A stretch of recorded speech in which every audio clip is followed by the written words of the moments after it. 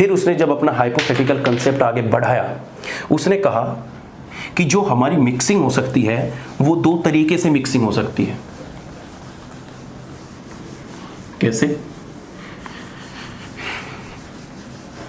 कि अगर हमारी सेम एटम में डिफरेंट एनर्जी लेवल की ऑर्बिटल मिक्स कर रही है तो ये वीबीटी ने एक्सप्लेन कर दिया था, और दो एटम में सेम एनर्जी लेवल की ऑर्बिटल मिक्स कर रही है तो वो एमओटी ने एक्सप्लेन किया था। देखो, मिक्सिंग एक हाइपोथेटिकल कंसेप्ट लिख लेना,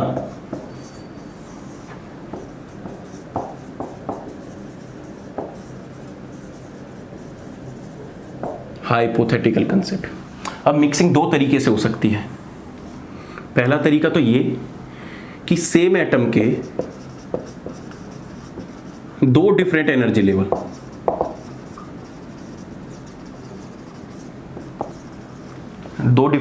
लेवल, जब मिक्स हो जाएंगे तो हमारी हाइब्रिड ऑर्बिटल को जन्म देंगे। कैसे? जैसे तुमने देखा होगा बेरिलियम में क्या हो रहा था, उनकी बॉन्ड लेंथ इक्वल कैसे आ रही थी? उसने कह दिया कि 1s2 2s1 2p1, इनके बीच में क्या हो रहा था? कॉम्बिनेशन हो रहा था। ये दोनों आपस में कंबाइन करके 2sp हाइब्रिड ऑर्बिटल बना रहे थे, जिसके साथ हमारा फ्लोरीन कंबाइन होता है, और फ्लोरीन कंबाइन होने की वजह से जो हमें दो बॉन्ड लेंथ मिलती है वो दोनों की दोनों बॉन्ड लेंथ इक्वल मिलती है। तो ये क्या थी? Hybrid orbital. ऐसे ही उसने बोरोन में काम कर दिया कि जो BF3 मिलता है, BF3 में भी क्या होगा? इस तरीके का 2p ऑर्बिटल होगी, 2 इलेक्ट्रॉन है, और एक s ऑर्बिटल होगी। तो ये तीनों की तीन ऑर्बिटल क्या बनाती है? sp2, 3 sp2 हाइब्रिड ऑर्बिटल बनाती है, जिसके साथ फ्लोरीन आके कंबाइन होता है, इसलिए सारी की सारी बॉन्ड लेंथ इक्वल मिलती है, सारे के सारे एंगल सेम मिलता है। ऐसे ही उसने कार्बन में कहा। तो अगर दो डिफरेंट एनर्जी लेवल के सेम एटम के आपस में मिक्सिंग हो रही है तो इसको हम क्या बोलते हैं? Hybrid orbital. अगर दो एटम की सेम एनर्जी लेवल के ऑर्बिटल मिक्स करते हैं, जैसे S2 मॉलिक्यूल बेस्ट एग्जांपल है, ले लो, इसका एक 1s है, एक इलेक्ट्रॉन इसमें होगा, ये एनर्जी लेवल, और ऐसे ही क्या होगा? 1 एनर्जी लेवल इसका होगा। दोनों का एनर्जी लेवल क्या है? सेम है या ऑलमोस्ट सिमिलर हो, तो इनमें क्या होती है? एक बॉन्डिंग ऑर्बिटल फॉर्म होती है और एक एंटी बॉन्डिंग ऑर्बिटल फॉर्म होती है, और ये सब हम एक्सप्लेन करेंगे किसमें? एमओटी में। इनको हम हाइब्रिड ऑर्बिटल नहीं बोलते। मिक्स तो ये भी होती है, लेकिन ये हाइब्रिड ऑर्बिटल नहीं है। हाइब्रिड ऑर्बिटल कौन सी है? ये वाली जो वीबीटी ने बताई थी, सेंट्रल एटम जो आपस में मिक्स करके बनाता है, उनको हाइब्रिड ऑर्बिटल बोलते हैं। अब जो ये हाइब्रिड ऑर्बिटल बनी थी, इसका मतलब ये हुआ कि जो प्रीवियस वाली ऑर्बिटल थी, आइडेंटिकल थी, सेपरेट, वे s और p ऑर्बिटल थी, उनसे कुछ ना कुछ बेटर बनी होगी, तभी तो इसने हाइब्रिड ऑर्बिटल का नाम दिया। तो उसने इस चीज को एक्सप्लेन किया कि जो हमारा हाइब्रिडाइजेशन हो रहा है वो क्यों हो रहा है और उससे ऐसा क्या फर्क पड़ रहा होगा। सब वो दिमाग में सोच रहा था कुछ। अगर तुम स्पेक्ट्रोस्कोपिक मेथड से इस मिक्सिंग को फाइंड आउट करने की कोशिश करोगे तो नहीं मिलेगी, क्योंकि आएगी नहीं। तो ऐसा कोई इंस्ट्रूमेंट नहीं है कि जो तुम्हें बॉल बता दे कि हाँ इसमें sp3 हाइब्रिडाइजेशन है, इसमें sp2 है, sp इसमें ये है, क्योंकि ऐसा कंसेप्ट सिर्फ हाइपोथेटिकल है। अब उसने क्या किया कि जो मिक्सिंग हुई है, मिक्सिंग का मतलब ये हुआ कि सपोज करो कि हमारे पास ns ऑर्बिटल है और हमारे पास np ऑर्बिटल है। अब होगा क्या कि जो ns ऑर्बिटल है इसकी एनर्जी तो कम है, और जो np है इसके पास डायरेक्शनल नेचर है। अब ये मिक्स होके कुछ ना कुछ हाइब्रिड ऑर्बिटल बनाएगी, और हाइब्रिड ऑर्बिटल बनाएगी तो उसकी एनर्जी कम होनी चाहिए। अब जब उसकी एनर्जी कम होगी तो जब ये दोनों आपस में मिक्स करा तो इन्होंने एक हाइब्रिड ऑर्बिटल को जन्म दिया। अब जो ये हाइब्रिड ऑर्बिटल बनी sp मिक्सिंग से, इस sp मिक्सिंग में एक तो p ऑर्बिटल की एनर्जी ज्यादा थी, वो कम हो गई, उसी के साथ s के पास डायरेक्शनल नेचर नहीं था, वो डायरेक्शनल नेचर आ गया। तो एक रीजन तो उसने ये भी कह दिया कि जो हाइब्रिडाइजेशन हुआ होगा वो इसीलिए हुआ क्योंकि जो ऑर्बिटल बन रही है वो प्रीवियस वाली से बेटर ऑर्बिटल बन रही है, क्योंकि उसके पास एक तो एनर्जी भी कम है, प्लस उसके पास सेकंड क्या हो गया? डायरेक्शनल नेचर भी आ चुका है। तो जब डायरेक्शनल नेचर भी आ चुका है तो बनने वाली ऑर्बिटल काफी इफेक्टिव होगी। तो इसलिए जब कभी भी कोई हाइब्रिड ऑर्बिटल बनेगी मिक्स करके, वो प्रीवियस वाली से स्टेबल बनेगी, तभी हमारा हाइब्रिडाइजेशन होगा, अदरवाइज हाइब्रिडाइजेशन नहीं होगा। अब जब इससे बनी तो हमारा क्या बना? sp3 मिक्सिंग हो सकती है, sp2 मिक्सिंग हो सकती है, sp मिक्सिंग हो सकती है। d ऑर्बिटल को अभी रोल में नहीं ला रहा मैं, सिर्फ s और p की बात कर रहे हैं। तो ये हाइब्रिड ऑर्बिटल होगी, तो ये प्रीवियस वाली से ज़्यादा बेटर होगी। अब जो इनके साथ ये कंबाइन होगी उनके साथ बॉन्ड स्ट्रेंथ भी अच्छी होगी, उनके साथ ओवरलैपिंग भी अच्छी होगी। जैसे मैं पूछने लगूँ कि sp3 है 1s के साथ कंबाइन हो रहा है, और sp3 है वो 2s के साथ कंबाइन हो रहा है, और sp3 है वो 3s के साथ कंबाइन हो रहा है, तो मुझे बताओ सबसे ज़्यादा बॉन्ड स्ट्रेंथ किसकी होगी और सबसे ज़्यादा इफेक्टिव ओवरलैपिंग किस में हो रही है। तो सबसे पहला रीजन तो तुम बता दोगे कि सर साइज देखेंगे, साइज 1s ऑर्बिटल का छोटा है तो इसलिए सबसे ज़्यादा इफेक्टिव ओवरलैपिंग इसी की होगी, तो ये क्या हो जाएगी, इस तरीके से ऑर्डर हो जाएगा। बात ठीक है। अगर दूसरा तुम्हें क्वेश्चन दे दे कि एक ss ऑर्बिटल ओवरलैपिंग हो रही है, एक pp ऑर्बिटल ओवरलैपिंग हो रही है, और एक sp3 और sp3 ऑर्बिटल ओवरलैपिंग हो रही है, तो सबसे ज़्यादा इफेक्टिव ओवरलैपिंग कौन सी होगी। तो जब कभी भी क्वेश्चन आए ऐसा, तो उसमें सबसे पहले हाइब्रिड ऑर्बिटल को देखना है। हाइब्रिड ऑर्बिटल क्या होगी, ये तो सबसे ज्यादा इफेक्टिव ओवरलैपिंग किस में हो रही है, sp3 में। सेकंड pp, क्योंकि क्या है डायरेक्शनल नेचर है, और सबसे लास्ट में कौन आएगा, ss का नेचर आएगा। तो अगर तुम्हारे पास हाइब्रिड ऑर्बिटल के साथ कोई कंबाइन करके दे दे और पूछ ले कि इफेक्टिव ओवरलैपिंग या बॉन्ड स्ट्रेंथ किसकी सबसे ज्यादा होगी, तो हाइब्रिड ऑर्बिटल जिसके साथ भी कंबाइन होगी उसकी बॉन्ड स्ट्रेंथ और इफेक्टिव ओवरलैपिंग हमेशा ज्यादा ही होगी। अब जैसे तुम्हें क्वेश्चन देने लगूं मैं कि सबसे ज़्यादा, क्वेश्चन लिख लो कि sp3 एक हाइब्रिड ऑर्बिटल है, किसके साथ कंबाइन कर रही है, 1s के, 1p के साथ, sp3 के साथ,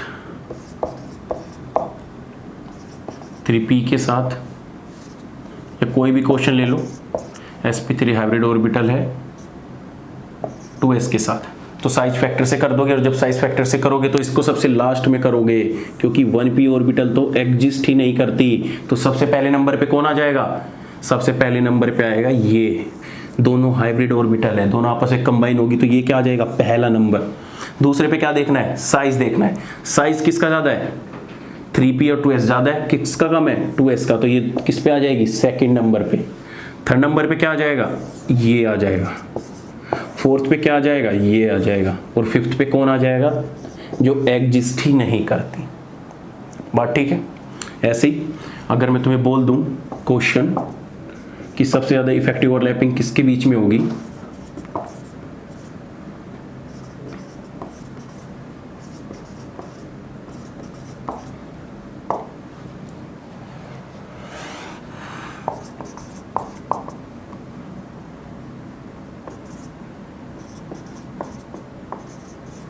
बताओ कैसे अरेंज करोगे इस ऑर्डर को, सबसे ज़्यादा इफेक्टिव ओवरलैपिंग किसकी होगी।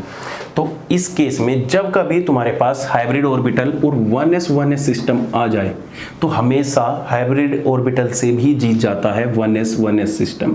तुमने देखा होगा हाइड्रोजन मॉलिक्यूल सबसे ज़्यादा स्ट्रॉन्ग बॉन्ड होता है, क्योंकि s ऑर्बिटल है, न्यूक्लियस के पास है, तो वहाँ पे इफेक्टिव ओवरलैपिंग होने की टेंडेंसी बहुत ज़्यादा होती है। तो जब कभी भी 1s आ जाए और हाइब्रिड ऑर्बिटल के बीच में कंपेयर करना आ जाए, तो हमेशा 1s को प्रीफरेंस दोगे, हाइब्रिड को नहीं दोगे। अब जब तुमने 1s कर दिया, अब ये जितनी भी ऑर्बिटल रहेगी इनका साइज सिमिलर ही रहेगा, तो सिमिलर रहेगा तो इसमें अब तुम्हें हाइब्रिड ऑर्बिटल को प्रीफरेंस देनी है। अगर इनका ऑर्डर में अरेंज करने लगूँ तो सबसे पहले किसका आ जाएगा कि जो 1s रहेगी सबसे ज़्यादा इफेक्टिव ओवरलैपिंग और बॉन्ड स्ट्रेंथ इसके आई रहेगी। उसके बाद किसको दोगे, हाइब्रिड को। हाइब्रिड कौन सी होगी, जिसमें दोनों के दोनों हाइब्रिड होंगे। अब ये हो गया हमारा, ये हो गया। अब इसके बाद क्या देखना है, 2s 2p 2p 2p, तो ये दोनों हाइब्रिड है, ये अनहाइब्रिड है, तो इन दोनों में प्रेफरेंस किसको दोगे, sp3 1s को। तो इस पे क्या आ जाएगा, sp3 1s, फिर क्या आ जाएगा sp3 2s। अब इसके बाद 2p 2p और 2s 2s में किसको दोगे, 2p 2p को, और फिर क्या आ जाएगा 2s 2s। तो ये हमारा कंप्लीट ऑर्डर हो जाएगा। तो ध्यान रखना, ध्यान कब रखना है कि जब तुम्हारा हाइब्रिड के साथ 1s ऑर्बिटल भी दे दे, तो उसको हमेशा सबसे पहले रखना है ऑर्बिटल ओवरलैपिंग। सिंपल है, कर लोगे। तो पहला रीजन तो ये था कि जो बनने वाली हाइब्रिड ऑर्बिटल थी वो ज़्यादा इफेक्टिव थी ओवरलैपिंग में भी, इलेक्ट्रॉनिक स्ट्रक्चर से भी। और सेकंड रीजन था कि हाइब्रिड ऑर्बिटल के साथ कंबाइन होने से जो रिपल्शन है वो एटम के बीच में डिक्रीज हो रहा था। मतलब जो मेजर रीजन था, ओवरलैपिंग तो चलो ठीक है, लेकिन जो मेजर रीजन निकल के आया वो हमें रिपल्शन से आया। स्टेरिक रीजन की हाइब्रिड ऑर्बिटल क्यों होनी चाहिए? क्योंकि वो स्टेरिक रीजन को कम कर देती है, मॉलिक्यूल में या स्टेरिक को कम कर देती है, यही वो मेजर रीजन था। कैसे? देखो, जब कभी भी हमारी P orbital unhybrid orbital combine करेगी तो वो 90 डिग्री पे होती है, इस तरीके से। जितनी भी पी ऑर्बिटल होती है वो 90 डिग्री पे होती है, एक दूसरे के म्यूचुअली परपेंडिकुलर होती है, तीनों की तीनों, p x p y p z, इस तरीके से। और एक ऑर्बिटल क्या होगी? इस तरीके से। तो ये तीनों की तीनों क्या है? एक दूसरे के म्यूचुअली परपेंडिकुलर है, ये प्योर है, p x p y p z. अब इनके साथ जो एटम कंबाइन होगा वो किस तरीके से कंबाइन होगा? ये देखो, सपोज करो कि ये है 90 डिग्री और ये हमारी एक ऑर्बिटल होगी, तो इस तरीके से एक एटम कंबाइन होगा, इस तरीके से 90 डिग्री पे आएगा, और इस तरीके से एक 90 डिग्री पे और ये एक 90 डिग्री पे। अब होगा क्या कि जब 90 डिग्री पे कंबाइन करेगा तो 90 डिग्री पे एक दूसरे को इनको रिपल्शन फेस करना पड़ेगा। तो जब रिपल्शन फेस करेंगे तो मॉलिक्यूल अनस्टेबल हो जाएगा, और जब मॉलिक्यूल अनस्टेबल हो जाएगा तो कहाँ ही वो एग्जिस्ट करेगा। लेकिन जब ये ऑर्बिटल कंबाइन होती है, ऑर्बिटल कंबाइन होने से जब इसमें मिक्सिंग होती है तो उससे इन ऑर्बिटल का साइज भी इंक्रीज हो जाता है और रिपल्शन भी डिक्रीज हो जाता है। वो कैसे होता है? देखो, अब ये क्या थी? इनिशियली हमारी p x p y p z orbital थी म्यूचुअली परपेंडिकुलर। दो ऑर्बिटल से बना के दिखा रहा हूं, देखो, ये हमारी पी एक्स पी वाई दो ऑर्बिटल है। अब होगा क्या? ये पी ऑर्बिटल और ये हमारी एस ऑर्बिटल। अब जब एस ऑर्बिटल इसमें कंबाइन होगी तो इस तरीके से एस ऑर्बिटल आपस में कंबाइन हो रही है, इनके कैरेक्टर इसमें एक्सचेंज हो रहे हैं। तो जब कैरेक्टर एक्सचेंज हो गए तो एस ऑर्बिटल होने से ये जो लूप्स है, इसका अगर पॉजिटिव पॉजिटिव बढ़ रहा है, ये पॉजिटिव मान लो, ये पॉजिटिव नेगेटिव नेगेटिव, तो जब बढ़ेगा तो इस ऑर्बिटल का साइज एक तरफ से ऐसे बढ़ जाएगा और एक तरफ से छोटा हो जाएगा। और जब एस ऑर्बिटल इसके साथ कंबाइन करेगी तो इस ऑर्बिटल का साइज बढ़ जाएगा और इस तरीके से कम हो जाएगा। तो जो ये पहले क्या थी? इनिशियली पी और एस ऑर्बिटल, और जो ये बन के आई, ये क्या आई? Hybrid orbital. तो जो ये हाइब्रिड ऑर्बिटल बन के आई है, हमने एस ऑर्बिटल को इसमें मिक्स किया है, और मिक्स करने के बाद जो हमारे लूप्स थे वो फूल गए, और फूल गए तो इनमें क्या था? इलेक्ट्रॉन डेंसिटी रीजन बढ़ गया। तो इलेक्ट्रॉनिक डेंसिटी रीजन बढ़ने से इनके बीच में जो एंगल था वो इंक्रीज हो जाएगा, क्योंकि ये ऑर्बिटल जब इनका साइज बढ़ जाएगा एक दूसरे को रिपेल करेंगे, और रिपल्शन करने से इनका साइज क्या हो जाएगा? इनके बीच में जो बॉन्ड एंगल है वो इंक्रीज हो जाएगा। अब कोई भी एटम आता है एक्स वाई जेड तो वो इस हाइब्रिड ऑर्बिटल से इस तरीके से कंबाइन होगा, और वो हाइब्रिड ऑर्बिटल से इस तरीके से कंबाइन होगा। तो तुम देख पा रहे हो कि जो अनहाइब्रिड ऑर्बिटल में हमारा 90 डिग्री पे एटम कंबाइन होता है, उनके बीच में 90 डिग्री का एंगल रहता है, जो कि रिपल्शन इनके बीच में ज्यादा रहता है। लेकिन जब हाइब्रिड ऑर्बिटल में ये चीजें चेंज हो चुकी है तो इन दोनों एटम के बीच में तुम एंगल देख रहे हो कितना ज्यादा इंक्रीज हो गया है, जिससे हमारा रिपल्शन बहुत ज्यादा डिक्रीज हो गया है। मतलब तुम ये देखो, अगर CH4 में अगर कोई हाइब्रिडाइजेशन नहीं होता तो हमारा 90 डिग्री एंगल होता, लेकिन जब हमारा हाइब्रिडाइज हो गया तो हमारा एंगल 109 डिग्री 28 मिनट बढ़ गया। देखो तो रिपल्शन एंगल कितना बड़ा है, 10 और 19 डिग्री एंगल हमारा अप्रोक्स बढ़ गया। तो जब 19 डिग्री एंगल इतना ज्यादा इफेक्ट डाल रहा है हाइब्रिडाइजेशन, तो रिपल्शन देखो कितना ज्यादा। तो एस कैरेक्टर के मिक्स करने से ऑर्बिटल क्या हो गई? फूल गई। देखो, जिसके जितने ज्यादा कैरेक्टर मिक्स करोगे उसी का इफेक्ट ज्यादा डालेगी। अब देखो, तुम कोई दो इंसान है, एक ए है और एक बी है। ए के पास 90% क्या है? नेगेटिविटी, और इस बी के पास क्या है? 20% नेगेटिविटी। तो ओवरऑल जो इंक्रीज होगी, जब ये दोनों आपस में कॉन्टैक्ट आएंगे तो ए वाला इसको ज्यादा से ज्यादा नेगेटिविटी देगा और बी वाला तो कुछ दे ही नहीं पाएगा, क्योंकि जो जिसका ज्यादा इफेक्ट होता है, जिसकी ज्यादा मिक्सिंग होती है, वही उस ऑर्बिटल पे ज्यादा इफेक्ट डालता है। अब जो एस ऑर्बिटल इसके साथ पी के साथ मिक्स हुई है, तो एस ऑर्बिटल क्या होती है? मोटी होती है, फुली होती है। तो ये भी क्या करेगा? जब इसके साथ मिक्स करेगा तो इन पी ऑर्बिटल के लूप्स को फुला देगा, और फुलाने के बाद हमारे लूप्स इस तरीके से दिखेंगे, और इस तरीके से दिखने से इन दोनों लूप्स के बीच में क्या होगा? रिपल्शन होगा। रिपल्शन होने से ये दोनों दूर दूर इस तरीके से हो जाएंगे, और जब इनके साथ एटम कंबाइन होगा तो उन दोनों के बीच में भी रिपल्शन क्या हो जाएगा? डिक्रीज हो जाएगा। तो तुमने कभी देखा होगा थ्योरेटिकली कि s character is directly proportional to theta. तो जो ये थ्योरेटिकली एक्सप्लेन होता है कि s character directly proportional to theta, ये तुम बचपन से पढ़ते आ रहे हो, उसका रीजन ये होता है कि जैसे जैसे तुम इसमें एस करेक्टर को इंक्रीज करते जाओगे ये पी ऑर्बिटल के लूप से इस तरीके से फूलते जाएंगे, और जब फूलते जाएंगे तो इनके बीच में रिपल्शन बढ़ता जाएगा और एंगल इंक्रीज होता चला जाएगा। जो एंगल यहाँ पे 90 डिग्री था यहाँ पे इंक्रीज होके 110 के अप्रोक्स हो गया, या 90 से तो हमेशा एक्स्ट्रा ही मिलेगा। तो थ्योरेटिकली एक्सप्लेनेशन क्या था कि s character is directly proportional to theta. तो किस लिए आता है इसको याद रखना, इस वजह से ये रीजन आता है। अब देखिए ये चीजें थी सारी थ्योरेटिकली कि एस ऑर्बिटल मिक्स हुई, उन्होंने हाइब्रिड ऑर्बिटल को कंबाइन किया, उसमें एस करेक्टर भी थे और पी करेक्टर भी थे। अब क्वेश्चन ये उठता है कि जो भी हाइब्रिड ऑर्बिटल बनी है, जैसे CH4 में 4 sp3 बनी थी, BeF2 में 2 sp ऑर्बिटल बनी थी, तो उन sp2 हाइब्रिड ऑर्बिटल में दोनों ऑर्बिटल में क्या s और p करेक्टर सेम होते हैं या s और p करेक्टर डिफरेंट होते हैं? इसी के टाइप पे मिक्सिंग को 2 टाइप पे डिवाइड किया गया। क्या किया गया? मिक्सिंग को 2 टाइप में, एक होती है आइडियल मिक्सिंग और एक होती है नॉन आइडियल मिक्सिंग। ये क्या होती है? नॉन आइडियल मिक्सिंग, और एक होती है आइडियल मिक्सिंग। अब देखो आइडियल मिक्सिंग का मतलब ये है कि तुम्हारे पास एक s ऑर्बिटल है और तुम्हारे पास एक p ऑर्बिटल है, दोनों को कंबाइन किया, कंबाइन करने के बाद तुम्हें क्या मिली? 2 हाइब्रिड ऑर्बिटल मिली sp, कोई भी मान लो sp 2 हाइब्रिड ऑर्बिटल मिली। अगर इन दोनों हाइब्रिड ऑर्बिटल के पास, इसके पास percentage of s character, suppose करो इसको x मान लो, equal to percentage of s character equal to y है, percentage of p character x equal to percentage of p character y है, तो ये जो हमारी मिक्सिंग हो क्या है हाइब्रिड ऑर्बिटल, इसको बोलते हैं हम आइडियल मिक्सिंग। उसी तरीके से अगर हमारे पास कोई s ऑर्बिटल है और p ऑर्बिटल है, ये आपस में कंबाइन होकर क्या देती है हमको? 2 हाइब्रिड ऑर्बिटल देती है। लेकिन हाइब्रिड ऑर्बिटल देने के बाद ये भी हाइब्रिड हो गई, ये भी हाइब्रिड हो गई, लेकिन इसके percentage of s character, suppose करो x not equal to percentage of s character equal to y, मतलब इन दोनों में जो परसेंटेज ऑफ s करेक्टर है वो डिफरेंट आ रहे हैं। जब s करेक्टर डिफरेंट आएंगे तो हमारे p करेक्टर भी डिफरेंट आएंगे।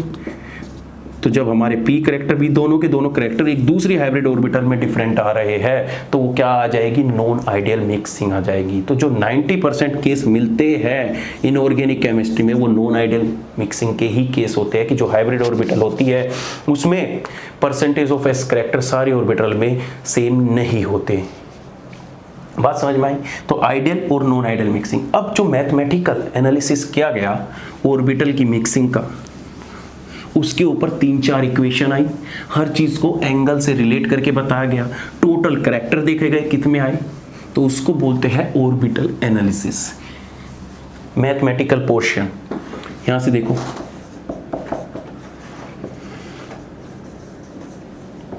Orbital analysis. ऑर्बिटल एनालिसिस में उसने बताया कि सपोज करो कि हमारे पास ये s ऑर्बिटल और ये p ऑर्बिटल, ये आपस में कंबाइन हो रही है, और कंबाइन करके हमें क्या दे रही है? 2 हाइब्रिड ऑर्बिटल दे रही है। तो इस हाइब्रिड ऑर्बिटल में जो total s plus p character होंगे वो 100% होंगे, या मैं फ्रैक्शन की फॉर्म में लिखूं तो जो s प्लस p होगा इक्वल टू ऑलवेज 1 होगा। तो इसको बोल दिया उसने इक्वेशन नंबर 1।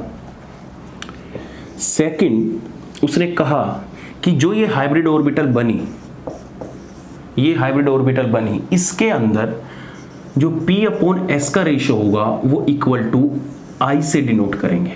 I को उसने नाम दे दिया हाइब्रिडाइजेशन इंडेक्स।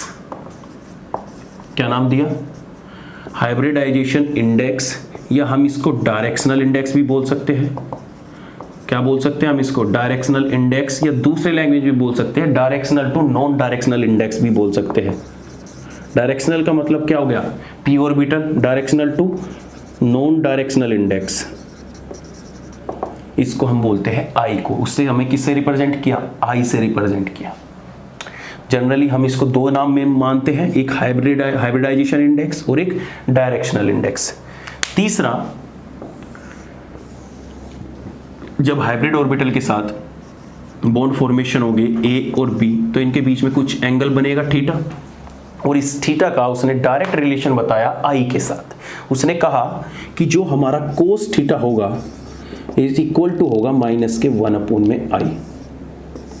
ये थी उसकी इक्वेशन नंबर 3, ये थी उसकी इक्वेशन नंबर 2। इन तीनों इक्वेशन को कंबाइन करके उसने थीटा और हाइब्रिडाइजेशन इंडेक्स का रिलेशन बताया और एसपी को कंबाइन करके बताया। अब अगर मैं इनका रिलेशन निकालने लगूं कि कोस थीटा और एस कैरेक्टर में क्या रिलेशन है, कोस थीटा और पी कैरेक्टर में क्या रिलेशन है, आई में और एस में, इनका सबका क्या है, एक्सचेंज है। अब देखो अगर मैं तुमसे पूछने लगूं कोस थीटा और एस कैरेक्टर में क्या रिलेशन है तो कैसे निकालोगे? देखो cos theta is equal to क्या होगा, माइनस के आई, और आई इक्वल टू कितना होता है, पी अपॉन में एस, तो माइनस के 1 अपॉन में कितना आ जाएगा, पी अपॉन में एस इक्वल टू क्या हो जाएगा, माइनस के एस अपॉन में पी। अब हमें पता है कि s plus p equal to क्या होता है 1, तो p इक्वल टू क्या इतना हो जाएगा 1 माइनस के s। सिंपल है, तो हमारा कितना आ जाएगा, cos theta is equal to आ जाएगा माइनस के s अपॉन में 1 माइनस के s। अगर s नेगेटिव चार्ज को कॉमन ले लूं तो cos theta is equal to कितना आ जाएगा, s अपॉन में s माइनस के 1। तो ये क्या हो गया हमारा, s के साथ कोस थीटा का रिलेशन हो गया कि जो s कैरेक्टर होंगे वो किस तरीके से डिफाइन होंगे। ऐसे ही अगर p के साथ हम करेंगे तो हमें कुछ नहीं करना, s की जगह क्या रख देंगे, p इक्वल टू कितना आ जाएगा 1 माइनस के, s की जगह क्या रख देंगे 1 माइनस के p, तो 1 माइनस के p हो जाएगा, तो ऊपर क्या आ जाएगा p माइनस के 1 और नीचे क्या आ जाएगा p आ जाएगा। तो अगर हम p कैरेक्टर के साथ देखें तो हमारा क्या हो जाएगा p माइनस के 1 अपॉन में p। तो ये हमारे क्या आ गए, कोस थीटा का s के साथ रिलेशन आ गया, कोस थीटा का p के साथ रिलेशन आ गया, कोस थीटा का i के साथ रिलेशन आ गया। अब अगर तुम्हें परसेंटेज ऑफ s कैरेक्टर निकालने हैं, परसेंटेज ऑफ s कैरेक्टर, तो कैसे करोगे? देखो इस कोस थीटा को कंबाइन कर दो तो ये पे क्या हो जाएगा, कोस थीटा s माइनस के cos theta is equal to क्या हो जाएगा s को इधर ले आओ तो कितना हो जाएगा, कोस थीटा s माइनस के s इक्वल टू क्या हो गया, कोस थीटा, और s क्या ले लो इसमें से कॉमन ले लो, तो s कॉमन ले लिया तो हमारा कितना हो गया, कोस थीटा माइनस के 1 इक्वल टू कितना हो गया, कोस थीटा। तो परसेंटेज ऑफ s कैरेक्टर दिख रहा है तुम्हें, percentage of s character equal to कितना हो गया, कोस थीटा अपॉन में कोस थीटा माइनस के 1 इंटू 100। अगर तुम्हारे पास कोई थीटा गिवन है, दिख नहीं रहा तुम्हें, ऊपर लिख देता हूं, अगर तुम्हारे पास कोई थीटा गिवन है तो तुम इजीली डायरेक्ट उसका क्या निकाल सकते हो, एस कैरेक्टर निकाल सकते हो। तो सारी जो इक्वेशन है जो तुम्हें हेल्प करेगी किसी बॉन्ड में एस कैरेक्टर फाइंड करने के लिए, किसी बॉन्ड एंगल से एस कैरेक्टर फाइंड आउट करने के लिए, यही सारी इक्वेशन हेल्प करेगी। तो तुम्हारे पास कुल मिलाकर कितनी हो गई, 4-5 इक्वेशन हो गई। सबसे पहले क्या इक्वेशन हो गई कि हमेशा जो s प्लस पी होगा इक्वल टू 1 होगा, या तुम कह सकते हो s plus p equal to क्या होगा, 100 होगा। ठीक है, इक्वेशन नंबर 2 क्या आई कि हमारा जो p अपॉन में s का जो रेशियो है वो हम किससे डिफाइन करते हैं, i is the hybridization index. तीसरी जो इक्वेशन आई हमारा कोस थीटा का साथ रिलेशन आया माइनस के 1 अपॉन में i का। फोर्थ जो हमारी आई, हमने कोस थीटा का रिलेशन निकाला किससे, s से, तो ये क्या आया s माइनस के 1, और उसके साथ p के साथ आया रिलेशन p माइनस के 1 अपॉन में p।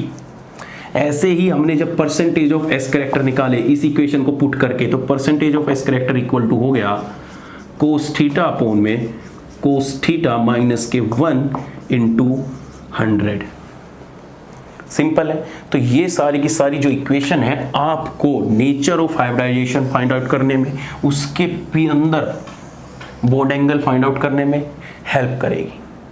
अब जैसे तुमने परसेंटेज ऑफ एस कैरेक्टर पूछ लिया और तुमसे पूछ लिया कि what is the P character, तो पी कैरेक्टर के लिए क्या कर दोगे, परसेंटेज ऑफ एस कैरेक्टर यहाँ से निकल के आ गया तो 1 माइनस के परसेंटेज ऑफ एस कैरेक्टर कर दोगे तो तुम्हारे पास क्या आ जाएंगे, पी कैरेक्टर आ जाएंगे।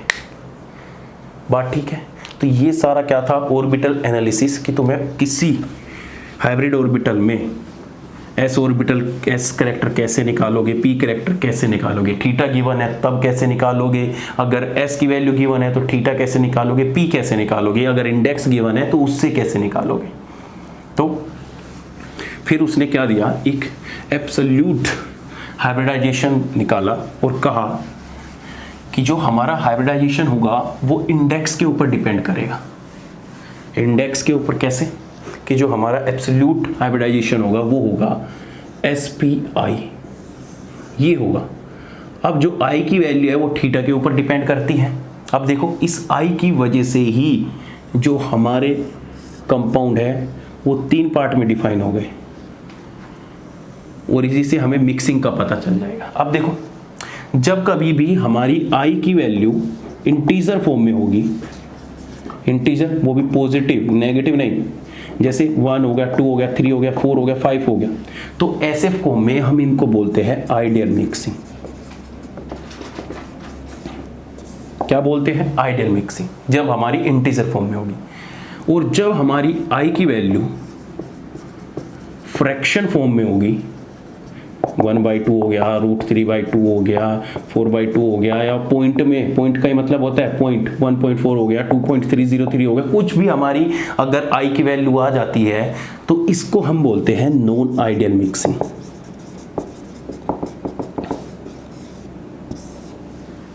सिंपल है। अगर हमारी आई की वैल्यू माइनस के इन्फिनाइट आ जाती है तो ये एक और नई कैटेगरी आ जाती है जिसको हम बोलते हैं Drago compound.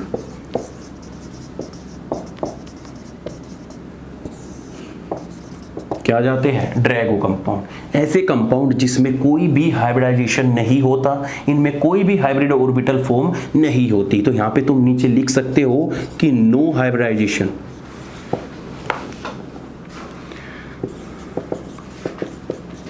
No hybridization present in Drago compound.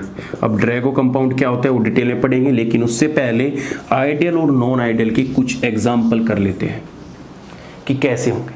जैसे सबसे पहले मैं तुम्हें बोल दूं कि अगर तुम्हारे पास थीटा इज इक्वल टू 180 है तो उसका हाइब्रिडाइजेशन क्या होगा और कैसी उसमें मिक्सिंग हो रही होगी, आइडियल मिक्सिंग हो रही होगी कि नॉन आइडियल मिक्सिंग हो रही होगी।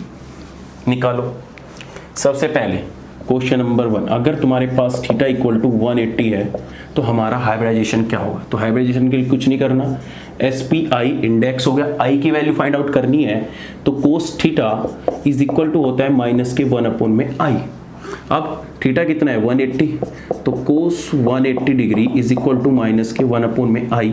तो 180 कितना होता है? माइनस के 1 इक्वल टू माइनस के 1/i। तो i इज इक्वल टू हमारा कितना आ जाएगा? 1। तो हमारा जब थीटा 180 रहेगा तो हमारा हाइब्रिडाइजेशन भी कितना हो जाएगा? sp हो जाएगा। एग्जाम्पल जैसे देख लो, BeF2 मॉलिक्यूल ले लो। इस Be2F2 मॉलिक्यूल में हमारा जो थीटा होता है कितना होता है? 180। तो इसके लिए जो हाइब्रिडाइजेशन भी आएगा वो कितना हो जाएगा? sp। CO2 मॉलिक्यूल ले लो। CO2 मॉलिक्यूल में भी जो थीटा होता है कितना होता है? 180 और हमारा हाइब्रिडाइजेशन भी कितना होता है इसका? sp। तो वो सारे sp हाइब्रिडाइजेशन जिसमें हमारा थीटा 180 रहेगा उसको हम क्या बोल देंगे? लीनियर मॉलिक्यूल बोल देंगे। या इसमें जो मिक्सिंग हो रही होगी, हमारी आई की वैल्यू क्या आ रही है? 1, तो इंटीजर फॉर्म में वैल्यू आ रही है। तो जब इंटीजर फॉर्म में वैल्यू आ रही है तो इसका मतलब कौन सी मिक्सिंग हो रही है? आइडियल मिक्सिंग हमारी हो रही है। सिंपल है।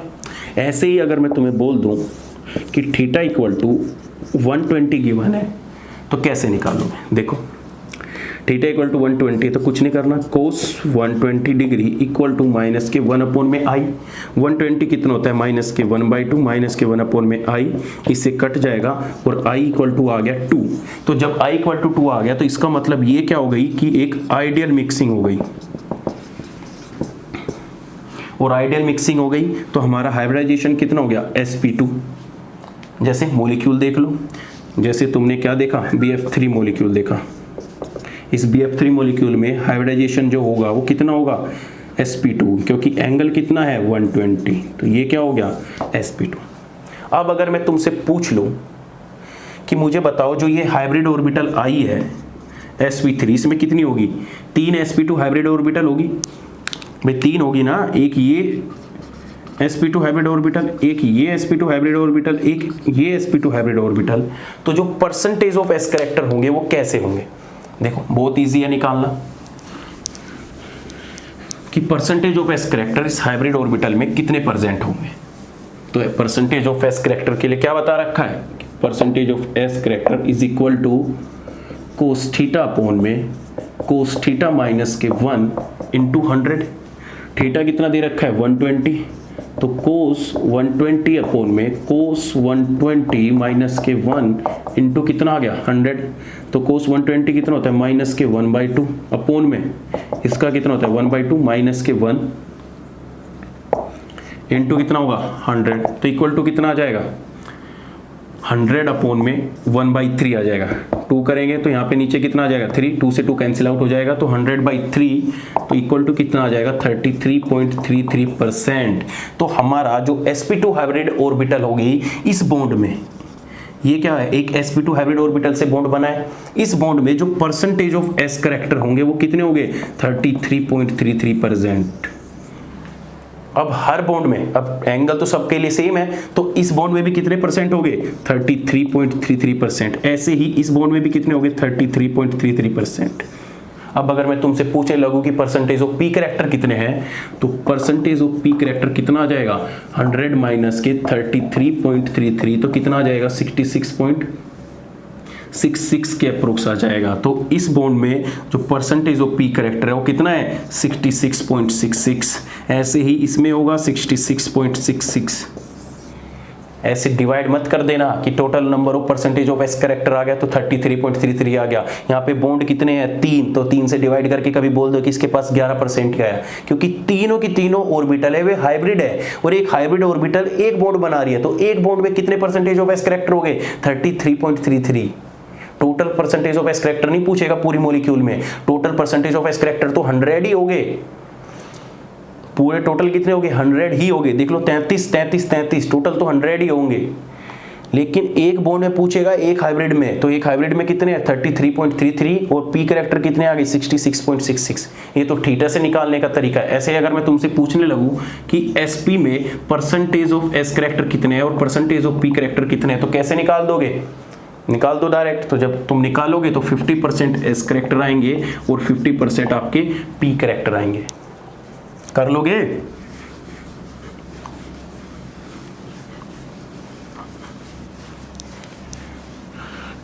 ऐसे ही CH4 में तुमसे एंगल पूछ ले तो कितना हो जाएगा 109 डिग्री 28 मिनट। जब इससे निकालोगे तो आई की वैल्यू 3 आएगी। तो हमारा हाइब्रिडाइजेशन कितना हो जाएगा sp3 कितना हो जाएगा। अगर CH4 मॉलिक्यूल की बात करें तो हमारा हाइब्रिडाइजेशन कितना हो गया sp3। आई की वैल्यू कितनी आई 3, क्योंकि एंगल थीटा हमारा कितना होता है इसमें 109 डिग्री 28 मिनट। कैसी आइडियल मिक्सिंग हो रही है। अब इस आइडियल मिक्सिंग में जब sp3 आ गया, अगर मैं तुमसे पूछने लगूँ कि परसेंटेज ऑफ एस कैरेक्टर कितने प्रेजेंट है और परसेंटेज ऑफ पी कैरेक्टर कितने प्रेजेंट है, या तो तुम थीटा से निकाल लो या उससे भी आसान तरीका है कि ये कितनी ऑर्बिटल है 4। देखो 3 p है और एक s है, कितनी हो गई टोटल 4 हो गई। ठीक है, टोटल हो गई 4। अब इन 4 में से एक हिस्सा तो S का है और 3 हिस्से इसमें P के हैं। मतलब पूरे जो 100% पार्ट है कितनों में डिवाइड हो रहा है 1:3 पार्ट में डिवाइड हो रहा है।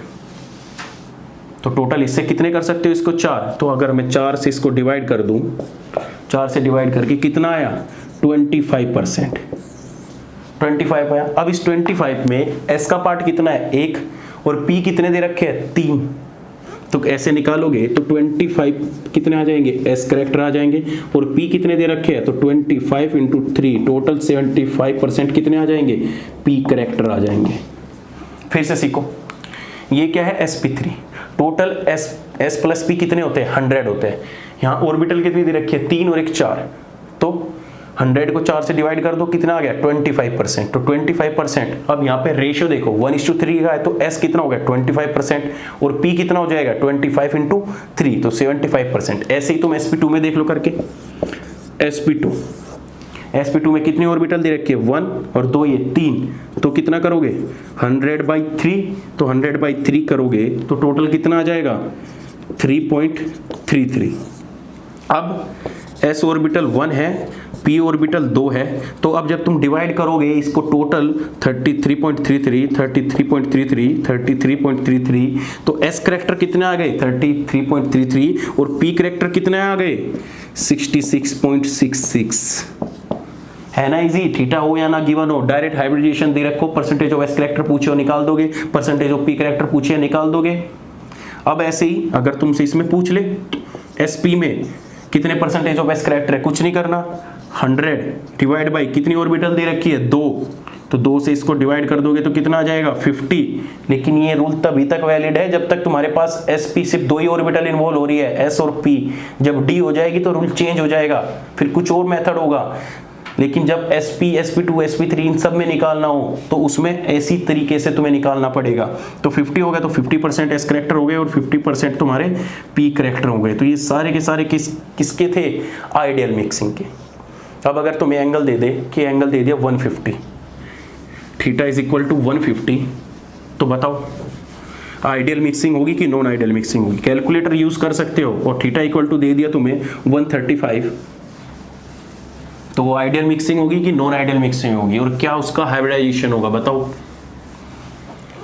जैसे तुम्हें दे दिया थीटा इक्वल टू 150 और तुम्हें एक जगह दे दिया NO2 रेडिकल टाइप दे दिया, NO2 रेडिकल में ही होता है थीटा इज इक्वल टू 135, तो मुझे बताओ हाइब्रिडाइजेशन कैसा होगा, आइडियल मिक्सिंग होगी कि नॉन आइडियल मिक्सिंग होगी। अब देखो सिंपल है, कुछ नहीं करना, कर लेना पहले खुद। तो cos 150 is equal to minus के 1 अपॉन में आई, तो cos 150 इक्वल टू होता है माइनस के रूट में 3/2 के अप्रोक्स माइनस के 1/i, आई से कट जाएगा, i इक्वल टू हो जाएगा कितना 2 अपॉन में √3। देख लेना √3/2 या 2/√3 इसी टाइप का होता है।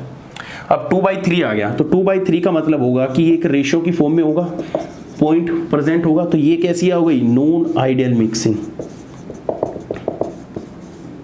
तो जब नॉन आइडियल मिक्सिंग हो गई तो हमारा हाइब्रिडाइजेशन कितना आ गया, sp 2 अपॉन में √3, तो ये फ्रैक्शन में आ रहा है, फ्रैक्शन में आ रहा है तो नॉन आइडियल मिक्सिंग। ऐसे ही जब NO2 रेडिकल की बात करते हैं, जब NO2 रेडिकल की बात करते हैं तो इसमें जो एंगल होता है वो 135 होता है।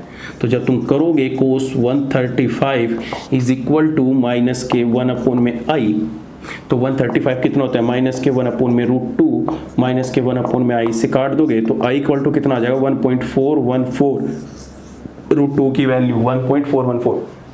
तो ये भी क्या आ रहा है, फ्रैक्शन में, और फ्रैक्शन में आ रहा है तो इसका मतलब ये भी क्या है, नॉन आइडियल मिक्सिंग।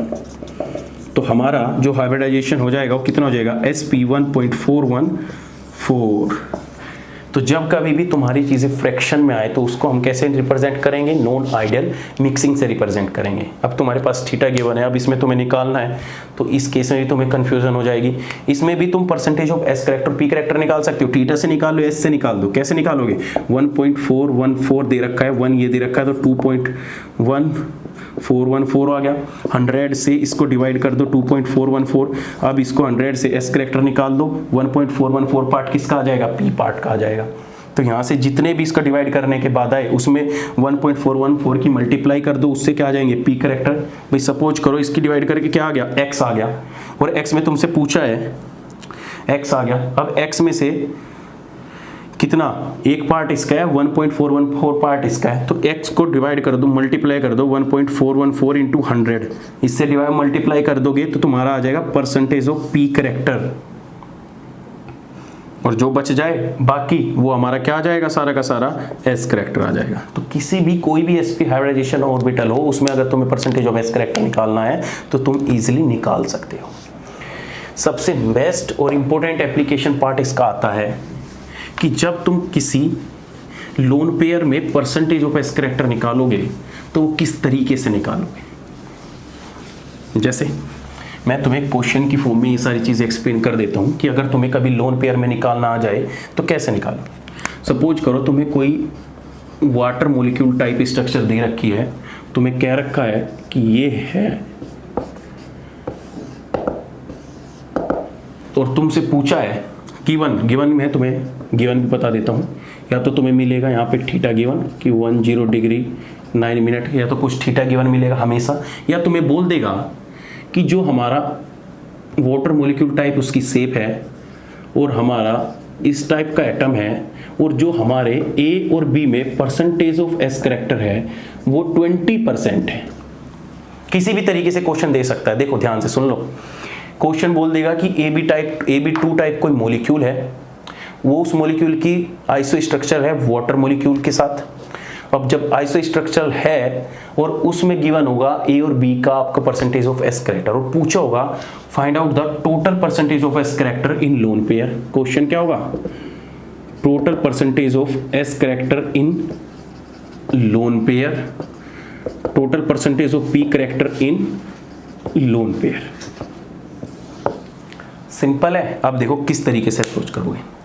उसने बोल दिया कि AB2 टाइप ले लो, कैसे ही ले लो, ये जबान पे चढ़ा रहता है तो इसलिए AB2 टाइप अच्छा लगता है। ए और बी में जो परसेंटेज ऑफ एस करेक्टर है वो है 20%। तो इस 20% का मतलब ये हुआ कि इसमें भी हमारे 20% एस करेक्टर हो गए और इसमें भी हमारे 20% एस करेक्टर हो गए। अब बचे कितने, लोन पेयर, 2 लोन पेयर होंगे क्योंकि water molecule type iso structure है। अब टोटल हमारे जो परसेंटेज ऑफ एस करेक्टर होते हैं वो होते हैं 100, 20 इंटू 20 कितने हो गए यूज, 40%। तो total percentage of s character बचे कितने, 60%। अब 60% में टोटल लोन पेयर कितने दे रखे हैं, 2, और टोटल लोन पेयर 2 है तो हमारे एक लोन पेयर में एस करेक्टर कितने आ जाएंगे, 30%, और इसमें भी कितने आ जाएंगे, 30%। कर लोगे तो total percentage of s character in lone pair कितना आ गया, 60%। अगर पर लोन पेयर पूछ ले तो पर लोन पेयर आ जाएंगे 30%। कर लोगे। अब ऐसे ही पी करेक्टर पूछ लेगा तो 60% तो उनमें क्या हो गए, अब इन बॉन्ड इनमें लोन पेयर में 60% तो एस करेक्टर हो गए और 60% एस करेक्टर तो 40% क्या हो जाएंगे, पी करेक्टर। तो हमारा पी करेक्टर टोटल कितने हो जाएंगे, 40%। कर लोगे, कोई दिक्कत है। अब देखो 20% एस करेक्टर है तो इन बॉन्ड में जब 20% एस करेक्टर है तो हमारे 80% क्या होंगे, पी करेक्टर होंगे। और जब पी करेक्टर होंगे तो 2 लोन पेयर है, 2 लोन पेयर में कितने हो जाएंगे, 40-40। तो हमारा 40% क्या हो जाएंगे, एस करेक्टर, पी करेक्टर हो जाएंगे, सॉरी। तो किसी भी लोन पेयर में पूछ ले तो निकाल दोगे, किसी भी टाइप का मॉलिक्यूल आ जाए। जैसे अगर सीख गए हो इसी टाइप से अप्रोच करके एक क्वेश्चन बताओ कि कैसे फाइंड आउट करोगे। देखो हाँ, थोड़ी चीज ये भी सीख लो, चूंकि यहाँ पे बॉन्ड लेंथ इक्वल थी, क्या थी यहाँ पे, बॉन्ड लेंथ इक्वल थी। तो जब कभी भी क्वेश्चन में AB2 मॉलिक्यूल दे रखा है, AB2 मॉलिक्यूल दे रखा है, इनका थीटा दे रखा है, सपोज करो थीटा।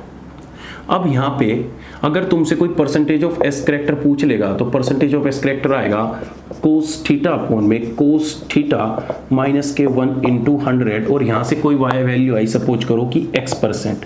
तो जो x% होंगे वो इस बॉन्ड में भी x% एस करेक्टर होंगे और इस बॉन्ड में भी x% करेक्टर होंगे। बात ठीक है। लेकिन यहाँ पे क्या था, बॉन्ड लेंथ सेम थी, ए बी की साइड एटम क्या थे, दोनों सेम थे, तो इनकी बॉन्ड लेंथ भी क्या थी, सेम। लेकिन अगर तुम्हें कुछ ABC टाइप मॉलिक्यूल दे दे, यहाँ पे क्या हो गया, दोनों एटम बदल गए और इनके बीच में क्या दे दिया, थीटा। अब तुमसे पूछता है कि परसेंटेज ऑफ एस करेक्टर इसमें और इस बॉन्ड में कितने होंगे, AB बॉन्ड में और AC बॉन्ड में। तो कुछ नहीं करना, जब तुम्हारे पास ऐसा आ जाए तो कोस थीटा 1 अपॉन में कोस थीटा 1 माइनस के 1 इंटू 100 करोगे तो परसेंटेज ऑफ एस करेक्टर आ जाएंगी। तो जो अब ये परसेंटेज ऑफ एस करेक्टर आए हैं, सपोज करो तुम्हारी वैल्यू आ गई y, यहाँ पे वैल्यू कितनी आ चुकी है, y। तो जो ये y वैल्यू आएगी वो एवरेज रहेगा इन दोनों के एस करेक्टर के। कैसे, सपोज करो इसमें एस करेक्टर हो गए b प्रेजेंट थे और इसमें एस करेक्टर थे c, तो जो हमारी वैल्यू आएगी इस थीटा से निकल के, क्योंकि बॉन्ड लेंथ दोनों की डिफरेंट है, तो उस केस में क्या हो जाएगा, अरे रिकॉर्डिंग है तो हाँ हो गया। तो इस तरीके से अगर बॉन्ड लेंथ डिफरेंट आ जाएगी तो परसेंटेज ऑफ एस करेक्टर इस तरीके से तुम निकालोगे। देखो एक क्वेश्चन करा देता हूं इस तरीके का कि अगर बॉन्ड लेंथ डिफरेंट आ जाए तो किस तरीके से तुम्हें क्वेश्चन गिवन होगा। क्वेश्चन देखो, करो खुद से करना है। कोई तुम्हें ABC टाइप मॉलिक्यूल दे रखा है, थीटा दे रखा है 104 डिग्री 5 मिनट, ठीक है, और इसके पास लोन पेयर है 2, और तुम्हें रेशियो दे रखा है percentage of s character AB upon में percentage of s character AC is equal to 2 मान लो, 3 मानो, और 4 का खुद से करना कि अगर इनका रेशियो दे रखा हो 4 और 2 का खुद से निकालना। इन 2 के मैं नहीं निकालूंगा, अगर इनका रेशियो ये हो बस इसका एक्सप्लेन करूंगा और ये भी तुम्हें खुद ही निकालना है, मेरे साथ मैच करोगे फिर ये तो पता लग जाएगी तुम सीख भी रहे हो या नहीं है, बस लगे पड़े हो हवा में। 3 इनका रेशियो है। तो मुझे बताओ total percentage of s character in a b bond कितना है, total percentage of s character a c bond कितना है, total percentage of s character in lone pair कितना है, total percentage of s character in p character in lone pair कितना है। बताओ, खुद निकालना सारा सब कुछ बता दो। अगर ये बता दिया तो समझो तुम्हारा ये एस कैरेक्टर से लोन पेयर में एस कैरेक्टर फाइंड आउट करना, बॉन्ड में फाइंड आउट करना, किस तरीके से फाइंड करना, तो तुम सब निकाल दोगे। फिर चाहे तुम्हारे सामने कोई भी क्वेश्चन आ जाए, किसी भी टाइप का क्वेश्चन आ जाए, ठीक है। तो कर लिया होगा। अब मैं मैच करा रहा हूं। देखो सबसे पहले क्या निकालना है, percentage of s character. Percentage of s character निकालोगे कोस 10 डिग्री 104.5 मिनट अपॉन में कोस 105 माइनस के 1 इंटू 100, तो हमारा percentage of s character approximately 20% आ जाएगा, ठीक है। अब मैंने क्या बताया था कि जो ये बॉन्ड है ए बी, दोनों की बॉन्ड एटम डिफरेंट है तो इनकी बॉन्ड लेंथ भी डिफरेंट होगी, इनमें परसेंटेज ऑफ एस कैरेक्टर भी डिफरेंट होंगे। तो ये जो 20% आया, सपोज करो कि इसको x मान लो और इसको y मान लो कि इसमें x percentage of s character है, इसमें y है, तो हमारा जो x प्लस के y होगा अपॉन में 2 इक्वल टू कितना होगा 20%। तो हमारा x प्लस के y इक्वल टू कितना हो गया 40%, ठीक है। अब हमें क्या दे रखा है, x अपॉन में y का रेशियो दे रखा है कि x अपॉन में y, ये क्या हो गया x, तो x इक्वल टू कितना दे रखा है 3y, तो मैं यहाँ पे पुट कर सकता हूँ 3y प्लस के y इक्वल टू कितना हो गया 40%। तो y इज इक्वल टू कितना आ जाएगा, देखो तो y इक्वल टू हो गया 4y इक्वल टू 40 और y इक्वल टू कितना हो गया 10%। मतलब कि हमारी y की वैल्यू आ चुकी है 10%, तो y इक्वल टू कितना हो गया 10%, और हमारा x इक्वल टू कितना है 3y, तो हमारे x की वैल्यू कितनी आ चुकी है 30%। सिंपल है ना, क्योंकि x इक्वल टू 3y निकल के आ जाएगा यहां से।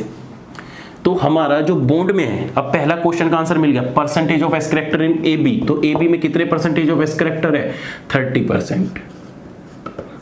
ऐसे ही AC में परसेंटेज ऑफ एस कैरेक्टर कितने हैं 10%।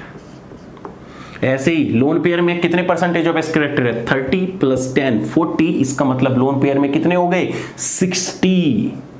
तो ये क्या है 60% टोटल एस कैरेक्टर है। अगर पर लोन पेयर पूछ ले, ध्यान रखना, पर लोन पेयर में अगर पूछ ले तो 30% आ जाएगा। जितने लोन पेयर रहेंगे उस एस कैरेक्टर को डिवाइड कर देना लोन पेयर से। अगर यहाँ पे 2 लोन पेयर है तो 2 से 3 लोन पेयर आएगा, तो 3 से 4 से 4 से जितने भी आ जाए। परसेंटेज ऑफ पी कैरेक्टर कितने हो जाएंगे, अब 60% इसमें परसेंटेज ऑफ एस कैरेक्टर आए हैं, तो 40% कितने हो जाएंगे पी कैरेक्टर। तो जब 40% पी कैरेक्टर हो गए तो पर लोन पेयर में कितने आ जाएंगे 20% एस कैरेक्टर। ऐसे ही अगर इन बोर्ड में पूछे 30 तो इसमें कितने आ जाएंगे 70, इसमें कितने आ जाएंगे 90। इस तरीके से तुम इनका आंसर निकाल सकते हो। तो क्वेश्चन कुछ भी आ जाए, किसी भी टाइप का आ जाए तो तुम इजीली कर सकते हो। आइडियल मिक्सिंग आ जाए, नॉन आइडियल मिक्सिंग आए, अभी 2 ही केस पढ़ाए हैं, तो कैसे भी क्वेश्चन आ सकते हैं, कर लोगे, सिंपल है।